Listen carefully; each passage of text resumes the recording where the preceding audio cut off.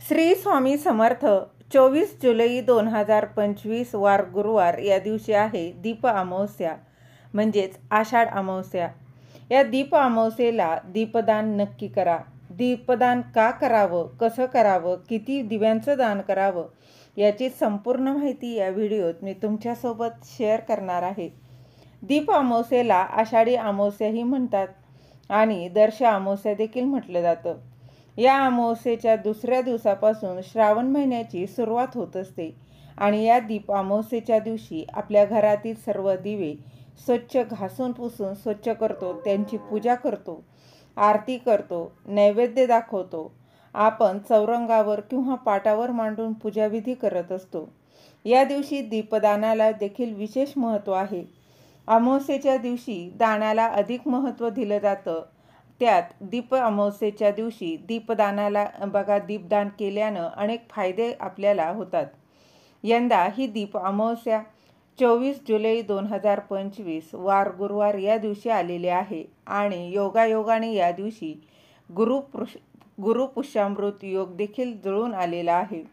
तर या दिवशी दीपदान नक्की करा। या दिवशी तुमच्या जवळपास मंदिर असेल, बघा कुठलंही मंदिर असेल तर त्या मंदिरात जायचं आहे। बघा, महादेवाचं मंदिर असलं तरी चालणार आहे, त्या मंदिरात जाऊन तुम्हाला हे दिवे दान करायचे आहे। तुम्ही कणकेचे दिवे यासाठी वापरू शकता किंवा मातीची पंती जरी घेतली तरी चालणार आहे। दिवे दान करण्याला महत्त्व आहे। दिवे दान करत असताना तुम्ही 5, 7, 9 कितीही दिवे दान करू शकता।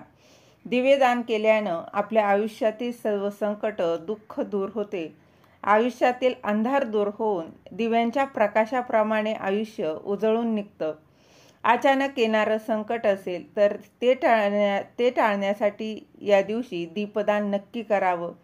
त्याचबरोबर आपल्या पितरांसाठी, त्या पितरांच्या सद्गतीसाठी हे दीपदान नक्की करावं। याने पितर हे आशीर्वाद देतात, ते प्रसन्न होतात। दिवे दान केल्यानं भगवान विष्णू व माता लक्ष्मी देखील प्रसन्न होते व त्यांचा कृपा आशीर्वाद प्राप्त होतो।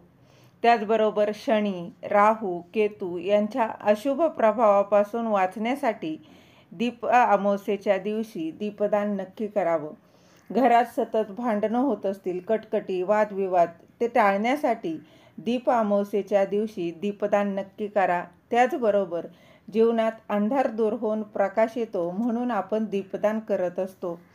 धन, समृद्धी, संपत्ती टिकून राहण्यासाठी दीपदान, त्याचबरोबर सर्व यज्ञदान, होम केल्याचं पुण्य मिळतं। त्यामुळे या आषाढ अमावस्येच्या दिवशी बघा, दीपदान करण्याला अधिक महत्त्व आहे।